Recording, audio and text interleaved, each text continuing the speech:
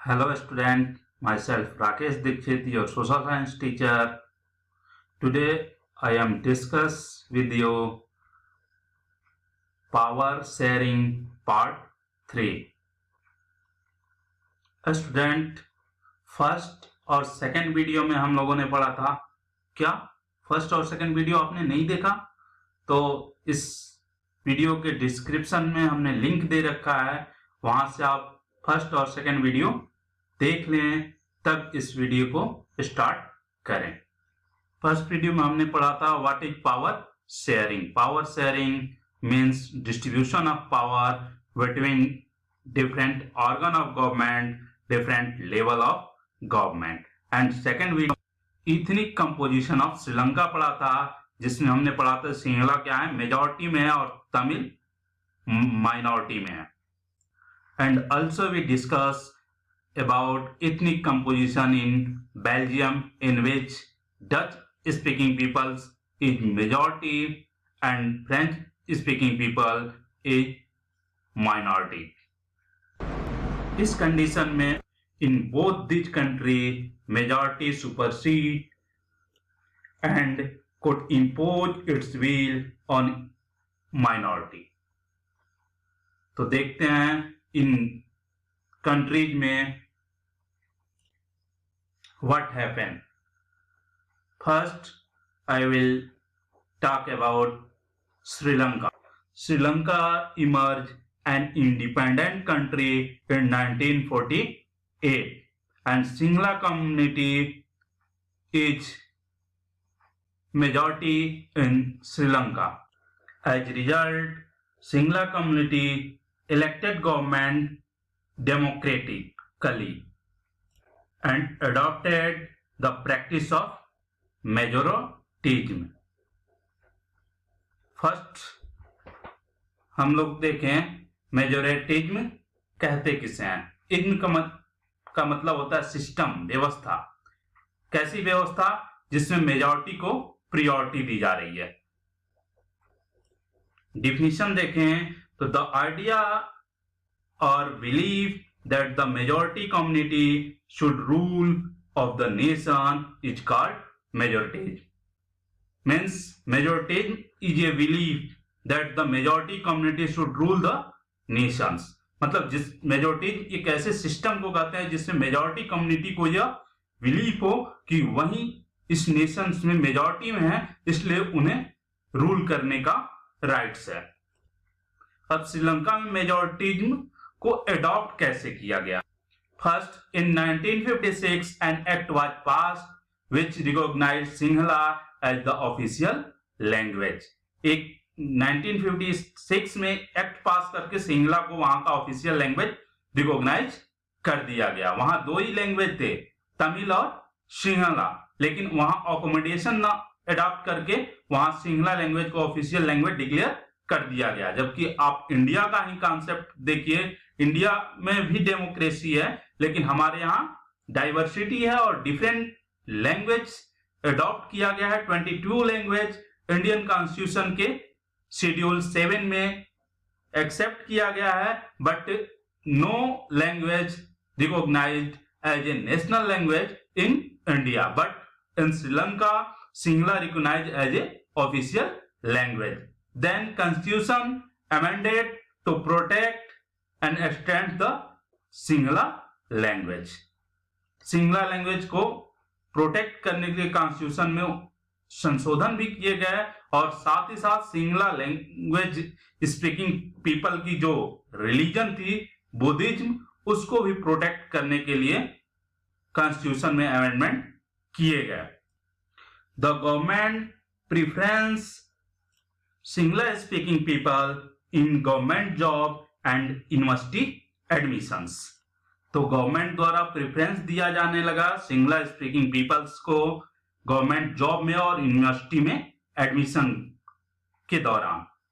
इसके वजह से जो वहां के तमिल थे वे अपने आप को क्या फेल करने लगे? आइसोलेटेड फेल करने लगे।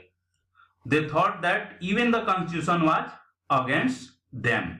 Their demand for recognizing to their language and separate state with autonomous status. तो अब उनको लगा कि government denied them equal political rights and discriminate against them in getting government job and other opportunity. Then Sri Lankan Tamil launched their separate party and started a struggle for recognizing of Tamil as separate language. अब उन्होंने अपनी एक अलग party launch कर दी और साथ ही साथ Tamil language को अपना एक सेपरेट लैंग्वेज डिक्लेयर कराने के लिए स्ट्रगल शुरू कर दिया। साथ ही साथ इन 1918 Tamil demanding and independent Tamil state called Tamil Eelam in northern and eastern part of Sri Lanka.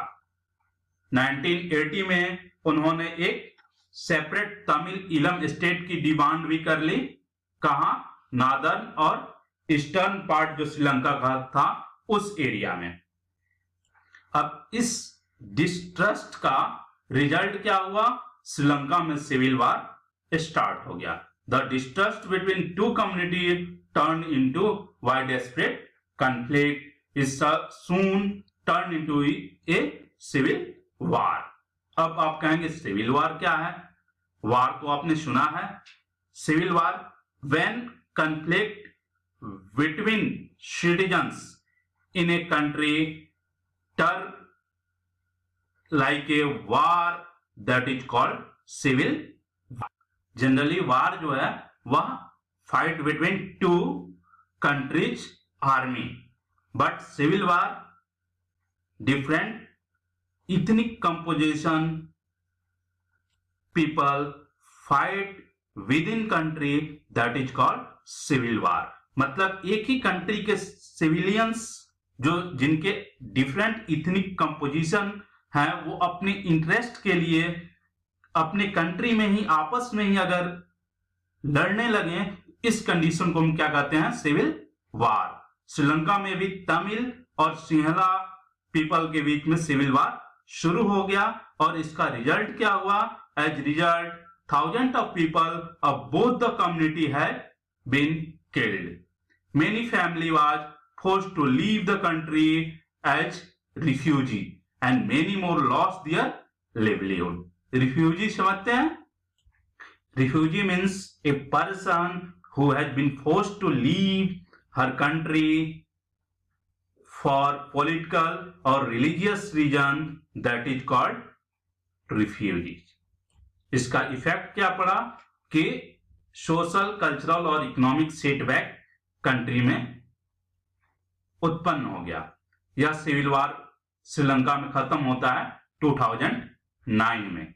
Then we see the condition of Belgium. Belgium में आपने पढ़ा था मेजॉरिटी में कौन थे? डच स्पीकिंग पीपल और माइनॉरिटी में फ्रेंच स्पीकिंग पीपल। यहां भी कॉन्फ्लिक्ट के सिचुएशन उत्पन्न हो सकती थी, बट बेल्जियम ने एक डिफरेंट पथ अडॉप्ट किया और वो डिफरेंट पथ क्या था? एकोमोडेशंस, समझदारी। कैसे उन्होंने अडॉप्ट किया इसको? इन 1970 to 1993 they amended their constitution 4 times. 1970 to 1993 तक उन्होंने अपने कॉन्स्टिट्यूशन को 4 टाइम अमेंड किया और अमेंड करके जो प्रोविजंस लाए एकोमोडेशन के, वो क्या थे? बेल्जियम ने अपने कंट्री में 3 लेवल ऑफ गवर्नमेंट एस्टैब्लिश की। Central government, state government and third community government. First, central government constitution prescribe the number of Dutch and French speaking minister shall be equal in the central government. मतलब जो central government थे Dutch majority में जरूर थे, लेकिन French और Dutch को central government में इक्वल पोजीशन दिया गया। देन वेलोन एंड फ्लेमिश रीजन के लिए, जो वेलोन और फ्लेमिश वहां के 2 रीजन थे, उनके लिए सेपरेट स्टेट गवर्नमेंट की स्थापना की गई और स्टेट गवर्नमेंट को मैक्सिमम पावर दिए गए। State government are not subordinate to the central government, मतलब सेंट्रल गवर्नमेंट के अधीन नहीं थी स्टेट गवर्नमेंट, वह सेपरेट पावर्स स्टेट गवर्नमेंट को वहां पे दिए गए, मतलब power sharing between different level of government. यहां आपने देखा power sharing between different organ of government and different level of government को अडॉप्ट किया गया। देन जो वहां की कैपिटल थी ब्रुसेल्स, वहां पे एक सेपरेट गवर्नमेंट एस्टेब्लिश की गई और उसमें फ्रेंच और डच स्पीकिंग पीपल्स को इक्वल रिप्रेजेंटेशन दिया गया। जबकि आपने पढ़ा था कि ब्रुसेल्स में मेजॉरिटी में कौन थे? फ्रेंच स्पीकिंग पीपल्स, बट यहां पे इक्वल रिप्रेजेंटेशन ब्रुसेल्स में फ्रेंच और डच स्पीकिंग पीपल को दिया गया। इस तरह सेंट्रल गवर्नमेंट में मेजॉरिटी में डच स्पीकिंग पीपल थे, लेकिन यहां फ्रेंच और डच स्पीकिंग पीपल को इक्वल रिप्रेजेंटेशन दिया गया। देन क्रिएट ये third level of government, third kind of government, that is called community government. It is separate for German, Dutch and French speaking peoples.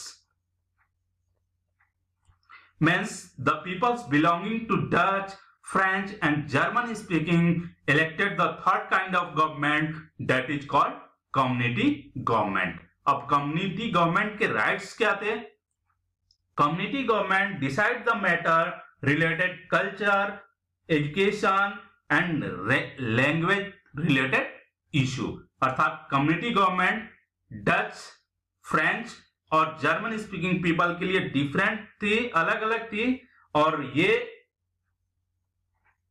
Government इनके educational, cultural और language related issue को देखती थी। इस तरह आपको लगता होगा कि बेल्जियम का जो मॉडल था वो complicated model था, but in that situation this is the best accommodation in democracy. The model help avoid civil struggle between two communities, Dutch and French, and avoid partition of the country on the basis of language lines। तो इस तरह इस model को अपना करके Belgium में accommodation को adopt किया गया, और बेल्जियम में जो टू कम्युनिटी के बीच कंफ्लिक्ट हो सकता था उसको दूर करने की कोशिश की गई, और साथ ही साथ बेल्जियम का कोई बंटवारा लैंग्वेज के बेस पे ना हो इसको भी दूर करने की कोशिश की गई। और जब यूरोपियन यूनियन ने अपना एक यूनियन स्थापित किया जिसको हम यूरोपियन यूनियन कहते हैं, यूरोपियन कंट्रीज का, तो उसने अपना हेडक्वार्टर कहां बनाया? बेल्जियम की जो कैपिटल थी ब्रुसेल्स को उसने अपना हेडक्वार्टर अडॉप्ट किया। तो इस तरह हमने क्या देखा कि in both countries are democratic, but Belgium ने क्या किया? एकोमोडेशन को अडॉप्ट किया और इससे वहां पे कॉन्फ्लिक्ट को दूर कर दिया गया। बट इन श्रीलंका मेजोरिटीज को अडॉप्ट किया गया और उसका परिणाम वहां पे क्या हुआ? सिविल वार की सिचुएशन उत्पन्न हो गई। देन नेक्स्ट वीडियो में हम लोग डिस्कस करेंगे why power sharing is desirable and what is the form of power sharing. Power sharing के टाइप क्या है और पावर शेयरिंग क्यों आवश्यक है। सो watch next video. Please like, share and subscribe my channel. Learn with Goodly. Thank you.